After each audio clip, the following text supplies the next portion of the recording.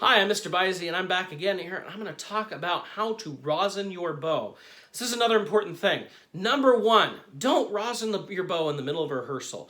You know, you've gotten your second piece you're doing in your school rehearsal, and this is time to break out your rosin because, you know, it was kind of quiet on that last piece, and I really need more rosin. There's nothing that a director hates more than when you've decided that you're in the middle of rehearsal, now is the time to rosin your bow. Or worse yet, the teacher's called upon the cellos to specifically go over something, and 3 of them are rosining their bows right now. That's not helping you at all. Rosin your bow at the beginning of class, and you don't even need to do that every day. But for a lot of kids, they feel the need. Rosin it to begin with. It's part of setting up. To rosin your bow, you don't just like take, now my rosin may look different from yours. Mine's a little bit higher grade rosin.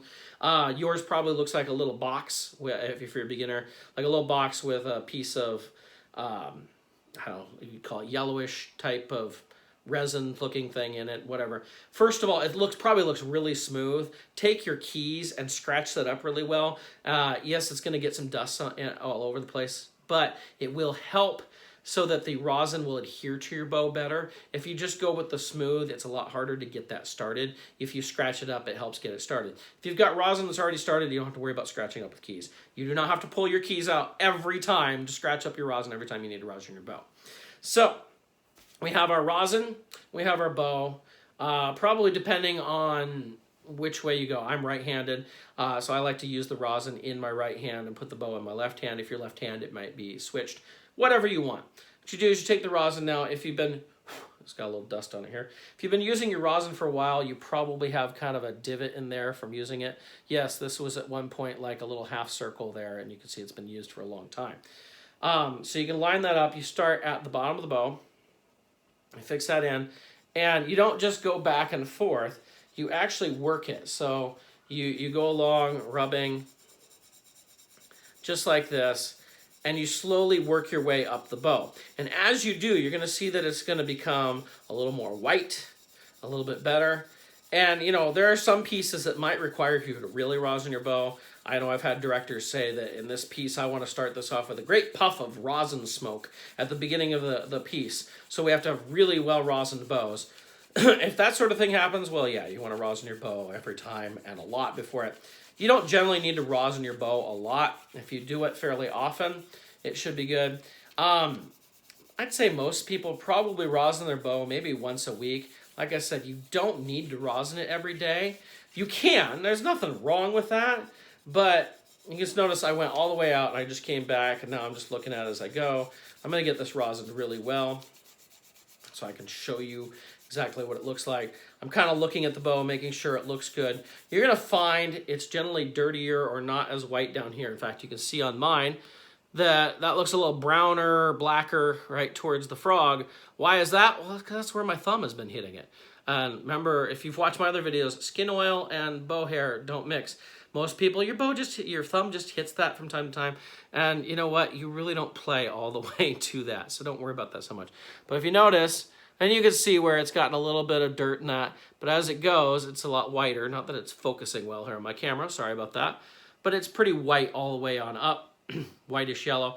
The very tip, you see it's a little brownish in there. I could probably get that a little bit better. Excuse me. But again, you know, if you think about it, you get up here, like there's bow hair that goes with the tip behind it. You're never going to play on that. It's not going to happen there. But once you have a well-rosined bow, then if you may see a little bit of dust still on there. Again, you can play it. You might get a puff of smoke out of it. That can happen. I know I've had times where I rosin my bow really well, like before a wedding or before a big performance or something. And then, like, I can tell it's just too much. It's more, or I start playing, and it's just, you can get a scratchy sound from being over-rosined. And I'm like, oh, that's too much.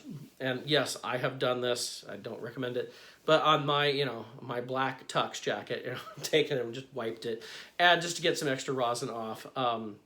Probably shouldn't do that on your black tux jacket unless you plan on paying the cleaning bill. Although usually the rosin comes off okay if you get it immediately. So let's talk about what this sounds like. So now we've got a good, well-rosined bow. We've added our instrument.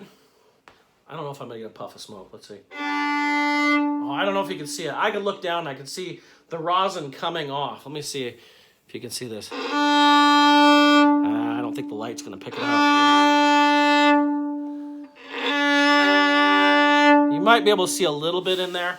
I definitely put a lot of rosin. I didn't need to rosin my bow that much, but I wanted to give you an idea of how to do it. Because if I didn't do it that way, and you're going to take your bow that hasn't been rosined all that well, and you did it the same way I would right now, it's not going to sound very good. And honestly, with a cheaper bow, you probably need to rosin it more often than I do anyway. Anyway, that's rosining your bow. It's so important to do it. Don't do it in the middle of rehearsal, but do it, It's part of setting up your instrument. You tune your instrument, you rosin your bow, and you get your music out, and you get set up, and you're ready for whenever the teacher says to either tune as an orchestra, or start with your warm-up, or start with your first piece, or whatever. So I hope this helps you. You can always check out my other tutorials about how to play the violin. There will be more coming. Even if there are no more loaded currently, you will see more as I come. So thank you so much for watching, and enjoy playing the violin.